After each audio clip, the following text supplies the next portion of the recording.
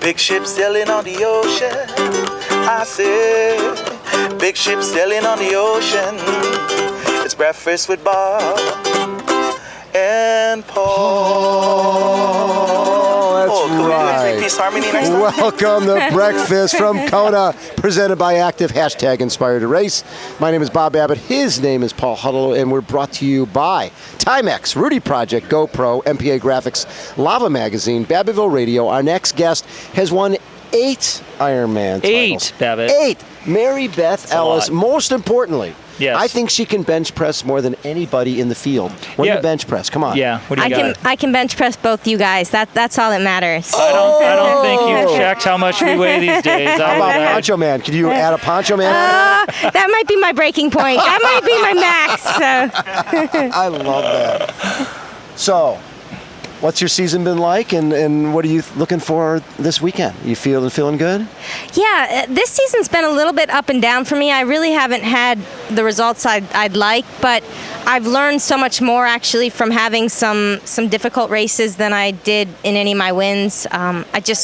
I think nutrition was one of those pieces that my old coach was like, just wait till you bonk, then eat. Whereas I finally That's a good have a bit of a strategy and around that, which I think is a vital piece to the long course racing, especially in Kona. You can't make any mistakes with the field here and the course and the conditions. There's no room for error. So what have you done wrong in these races, and what are you going to be doing on race day that's going to be the difference? And don't worry about secrets and everything. No one really pays attention to this. Show. It's a so small show. Yeah, I actually I never really worried about counted carbs, counted calories. I just sort of drank and ate. You're kidding me. No, I mean that was I won 8 Ironmans. I won 8 Ironmans being an idiot, pretty much. I got lucky. I got really lucky. You know what this reminds me of, Babbitt? I don't know if you remember the way this. Everybody but used to race? Thomas Hellriegel, I don't know if you've ever heard of him, but he ended up finishing second here 2 years in a row. And I remember sitting on the wall at Hula He's, which we all will be tonight. Absolutely. And talking to him, and I said, "So how's it going?" "Yeah, it's good." "What's going on this year? Any different?" "Yeah, I know nutrition now." And I'm like you. I'm going, "What do you mean you know nutrition?" He goes, "Before he basically had a banana and a Coke, and then shockingly bonked during the marathon." Yeah. So he ended up winning that year. I mean, instantly, I think we all knew when I told Bob, he's like, "Oh my God, this guy's going to be really scary now that he actually knows he's got to eat and drink during this thing called the Hawaii Ironman." Sounds very similar to your situation. I mean, I can't imagine going into an Ironman race, especially the World Championship here in Hawaii, without a plan. Yeah, we never had a plan. I mean, my old coach was Brett Sutton, and his plan is just go and eat as much. Yeah, exactly. And he's like, yeah, just get a candy bar down at halfway, and that was pretty much the strategy.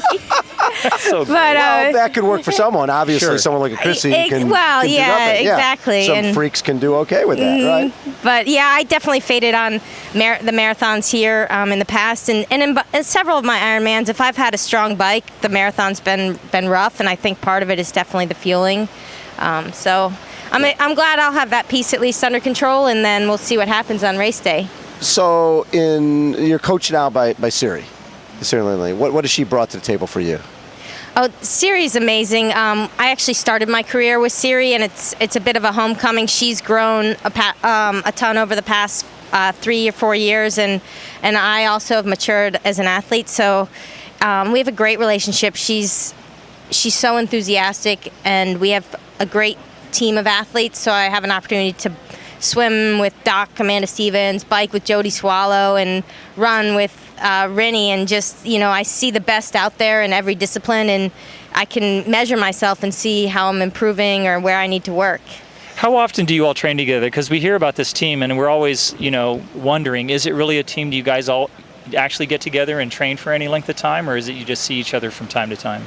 It's a bit of a mix. There's parts in the season where we'll do quite a bit together, and it varies a little bit who you end up doing sessions with, just depending on personalities. Obviously, she doesn't want to create any conflicts, but mid-season I did quite a bit with the team that was all in Boulder. As we get closer to Kona, she kind of separates us out so that we can all make sure we have the right preparation and aren't beating each other. Exactly. Any of that? No? There's time to time. Actually, not too bad though. I can't think of any big fights in the past few years. I actually had more, I think, with Brett's squad. There was definitely some cat fights at I'm at glad to certain hear times. you at least admit that there is a little bit of that from time to time. It's normal, right? We're all competitive athletes, Yeah. and you want to be your best every session, every day, and you're not going to be. Some people are going to be more tired than others, and some people respond better to big load of training. And yeah, everybody gets cranky, and just hope you're not cranky on the same day as someone else. So, Mary Beth, take me back a little bit. You were at Northwestern Yep. in Evanston? Yep. Wow, it was like right next door. I grew up in Wilmette. That's pretty cool. So, did you run and swim there? Yeah, I was actually recruited Northwestern for swimming. In high school, I did field hockey and lacrosse, and swimming were my Got main to hit sports. people with a stick? Nice. Exactly. Oh, Yeah. I like that. Yeah. Good for the swim start. Yes. It is. It's good practice. Recruited for swimming. So I did that, and halfway through, Northwestern added back with Title IX the women's cross country program, and my swimming coach was nice enough to. Because he pretty much owned me, but he was nice enough to let me start running, and I just loved it. And then ended up staying for a 5th year. Went to grad school and ran for an extra. You get a 5th year in a second sport. It's the NCAA loophole. And did that lead to? So you originally started out in sort of Olympic format, and so it was a goal to get to 08, to get to Beijing. I never did the Olympic format when I think I would have been at my peak. Yeah. I graduated college in '99, and then didn't start triathlon until right around 2006. So had a bit of a break, was just running during that time and working a normal 9 to 5 cubicle job. What were you doing work-wise? Industrial engineer. My degree's in engineering, but I say I'm a non-practicing engineer. I never really worked as an engineer. I went straight into grad school for marketing my 5th year. And so most of my jobs were database marketing, so more the analytical side of marketing. You know what I love? I love it when someone that smart with that much of future says, you know what? I was going to do an Ironman. I'm going to go ahead and be a professional triathlete. Well, no, I'm going to do an Ironman, and I don't even know what this nutrition stuff is. yeah, exactly. I'm so smart. I'm really smart, but I'm going to have a bagel, and maybe I'll stop. You might have raced with me, right? And then just got yourself some Hawaiian sweetbread and some Gatorade. Yeah. It's been good. Yeah. So how have you changed your nutrition? What do you consciously try to take X amount of calories per hour and actually think about that stuff? I have a plan in place. Way. Yeah, I know, it's crazy. Yes. Wow. Yeah, and have a plan for the entire day, and we actually have been training with it as well, which is another thing I never did. I was on the water training diet. So I got to ask you then. I would assume so, but have you noticed a difference? I definitely have in my long, like really the long brick sessions, so the long bike with a run off. Even if the run's short, I've just noticed that if I'm getting in the proper fueling, I feel so much better. Yeah, I'm like, wow. Isn't it weird how that? It's amazing. What a coincidence. Who would have thought? Energy. I mean, eating. Wow. It's sort of like I'm driving my car and it just runs out of gas on its own. What the hell? Why does that happen? So 2014, 8th at Frankfurt, 2nd at Melbourne. Solid races. Coming into this race, are you coming in with confidence? Do you feel that? I mean, Paula watched you run the other day and was like, "Hey, watch Mary Beth Ellis." Paula told me yesterday, she just goes, Mary Beth Ellis. That's all I'm going to say. I'm like, what are you talking about? She goes, no. He goes, I saw her the other day. She's going to be... 3 words for you. Mary Beth. Exactly. That's what it was. I'll take Paula's confidence in me any day. That's definitely 8-time champ. Yeah. But I'm fairly confident. I actually my only win of the year, randomly enough, is actually an Olympic distance. I went and did 5150 Kansas and won there. Yeah. And then which is good. That's a good sign. That's a great sign. Yeah. So I did high V and the 70.3 worlds. How'd you do in high V? High V, I was 9th. Top 10 with all those Olympic gals is great. And that was my goal, was the top 10, and then I wanted a top 5 in Mount Tremblant, and I just slid in 5th there. So things have been going well, and obviously my goal here is a little more ambitious. I'd love to be in the top 3, but you never know on race day, and you can't control what the other girls do. And sure you can. So people talk about ups and downs, and you mentioned it's been an up and down season. Where were the ups? Where were the downs in this year?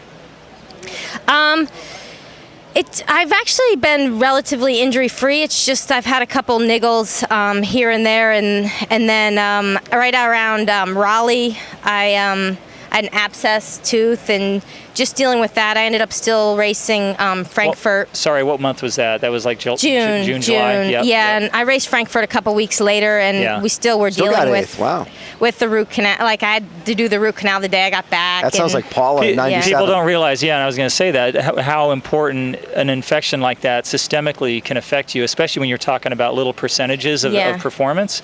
And that can just keep you way down. And I think it just, it affects more like my training we ended up going way down just because I felt like I was getting exhausted and overtrained, but I think it was more my body trying to fight the infection while I was training. So you're on the way up right now.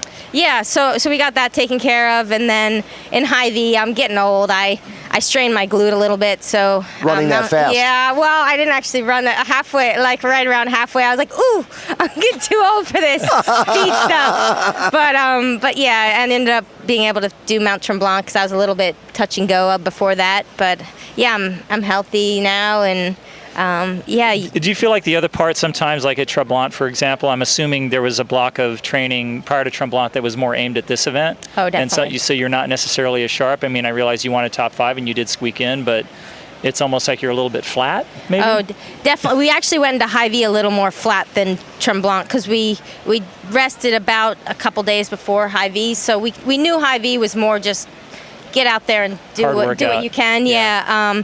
Mount Tremblant, we kind of had the week easy, especially after I tweaked my butt. So I was relatively rested, but the whole year is geared up towards this race and getting in the long rides and the long runs that you really need to be at your best here. Sure. So last year, really, in knowing that you weren't going to be okay because of the injury, being able to be healthy here, that has to be pretty special. Yeah, it's amazing, and it's really funny. I actually am swimming better now than I ever have after breaking my collarbone. So I wouldn't recommend it as a strategy to improve swimming, but yeah, I mean, if you'd asked me a year ago if I thought I'd be swimming better now post surgery, I wouldn't have thought it. And I'm in a good spot, and whatever happens on race day, I think. It's been a good year. I've learned so much, and I have a great family, and I love the team and the coach. So, everything's really positive. Love it. Thanks so much, Mary Beth, for coming in. And so what's the number again on bench press? So how can I start training? It sounds like it. I mean, with your and my weight, it's probably right around 400, 225 maybe. Yeah, combined. I'm 130. What are you? About 135? Yeah, you're about to say. Mary Beth Ellis has been our guest, the next Ironman World Champion, sitting in Chrissy Wellington's seat right here. There was one extra win that was sitting right there. So she is going to be taking that title. Put it in my pocket. Exactly. Put that in your pocket. Well, thanks again for joining us on Breakfast from Kona, presented by Active, #Inspired to Race, and we are brought to you by Timex, Rudy Project, GoPro, MPA Graphics, Lava Magazine, Babbittville Radio, and our main man, Mr. Poncho Man. You got to hold on. You got to hold on. It's Breakfast with Bob and Paul. Breakfast with Bob and Paul. Breakfast with Bob. And Poncho Man. Well, Wednesday. Thank you so much. Oh, thanks. That was great. Fun.